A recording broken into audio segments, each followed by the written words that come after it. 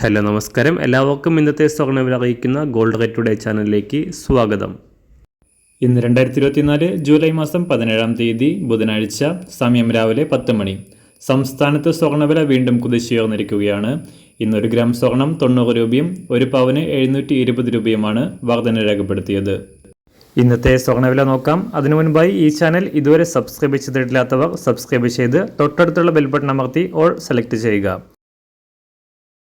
ഇന്നത്തെ 916 സ്വർണ്ണവില 1 ഗ്രാം 6875 രൂപ, 1 പവൻ 55,000 രൂപ.